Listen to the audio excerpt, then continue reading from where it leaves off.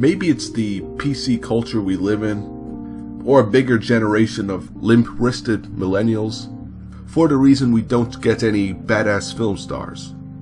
But for better or worse, they do recycle them. Indy, John McClane, Rambo, The Terminator, Bond, James Bond, reminding us 20th century veterans what it's like to be a man.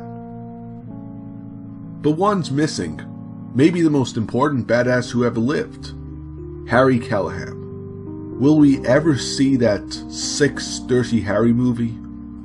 And of course you kind of feel that dream isn't far-fetched. Clint could hit that 100 and still take that Magnum out for a spin. And this is where the spoilers begin, so you have been warned. The Dirty Harry movies range from the early 70s to the late 80s, and Harry didn't take on these cases solo. He had his own player too. They're kind of like the red shirts of the series, that we know as the partner. The first Dirty Harry movie, simply called Dirty Harry, paired him up with Chico Gonzalez, played by Renny Santoni, an Hispanic American, who kind of ends up being the audience, because the stuff he learns about him is new to us too. He is fortunate not to be killed, instead wounded on the line of duty. But when it does happen, you feel that Harry has some respect for him. The second partner was African American Early Smith, played by Felton Perry, who's with him from the start. He also marks the first partner to be killed, victim of an explosive. And having the partner get killed does beef up the desire to see the villain get theirs.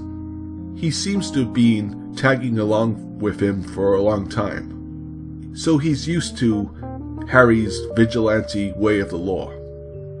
The Enforcer gave us the third partner, woman American Kate Moore, played by Tyne Daly.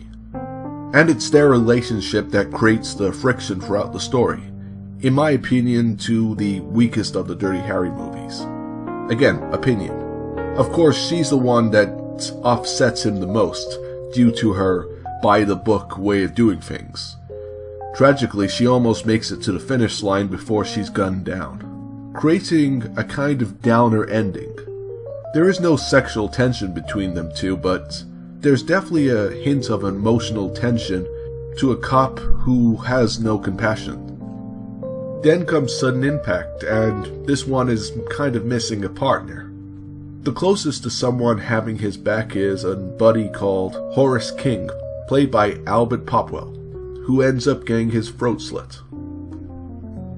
The last comes from the Deadpool, Alquan, played by Evan C. Kim, who seems to be better with kicks and punches than a gun.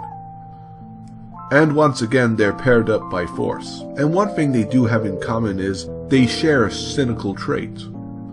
He ends up out of action because of a toy explosive car, making him the second partner to be wounded. So who could Harry's next partner be? An Irish American? A Native American? A Pipe American? Or no partner at all?